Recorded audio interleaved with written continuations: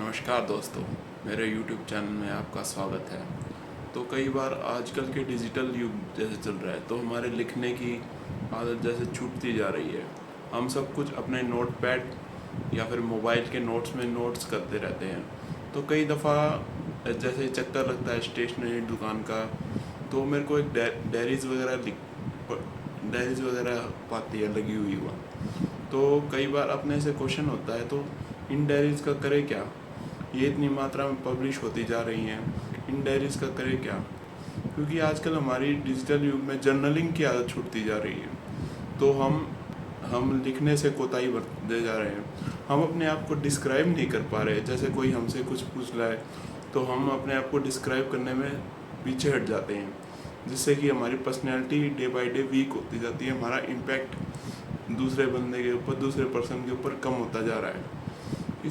इससे क्या होता है, तो जर्नलिंग एक बहुत बढ़िया हॉबी है, हैबिट है। साइकोलॉजी में इसका बहुत बढ़िया यूज़ है। जैसे कि खुद की पर्सनैलिटी इम्प्रूव करना, अपने अपने आप को जैसे कि करेक्टरिस्टिक्स अपने इम्प्रूव करना, अपनी बेसिक स्किल्स इम्प्रूव करना, इमोशनल इंटेलिजेंस इम्प्रूव करना, अपने को सामने कैसे व्यक्त करें उसको इम्प्रूव करना है। जैसे कि आप डायरी का यूज़ किन चीज़ों में कर सकते हैं, जैसे कि अगर कोई किसी की हॉबी है, जैसे कि फिल्म्स वगैरह, सीरीज़ वगैरह देखता है, उसमें कैरेक्टर्स को देख के, उसकी स्टोरी को देख के, उसकी स्टोरी बिल्डिंग को देख के, इससे क्या होता है, इससे क्या होगा, लिखने से क्या होगा,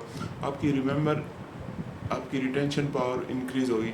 इससे क्या होगा, मेमोरी इंक्रीज़ होती है, ताकि आप दूसरी बार वो चीज़ देखें तो आपको चीज़ें अपने आगे आने लगे।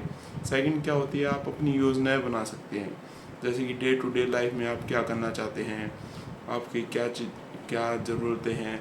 आप किसी एग्ज़ाम की तैयारी कर रहे हैं, उसकी स्ट्रेटजी बना सकते हैं। जैसे कि कोई कंपटीशन एग्ज़ाम की कर रहा है, मेरे को इतने टाइम ये देना है, मेरे को इतने टाइम ये देना है। और आप क्या कर सकते हैं, आप ये कहीं ट्रैवल कर रहे हैं, जैसे कि आपने यहाँ से यहाँ ट्रैवल किया, तो आप उसकी एक मेमोरी बना लें। जैसे कि यहाँ से यहाँ गए तो ये हमने ये साइंस देखे, ताकि अगली बार जाते हुए आप उस स्थान को भूलने ना, आप आराम से जा सके उस स्थान पर।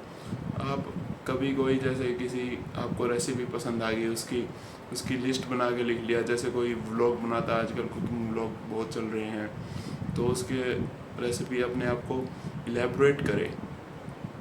इन चीज़ों से क्या होता है, इन चीज़ों से आपकी पर्सनैलिटी तो इम्प्रूव होती है, आपका भाषाई विकास जरूर होता है।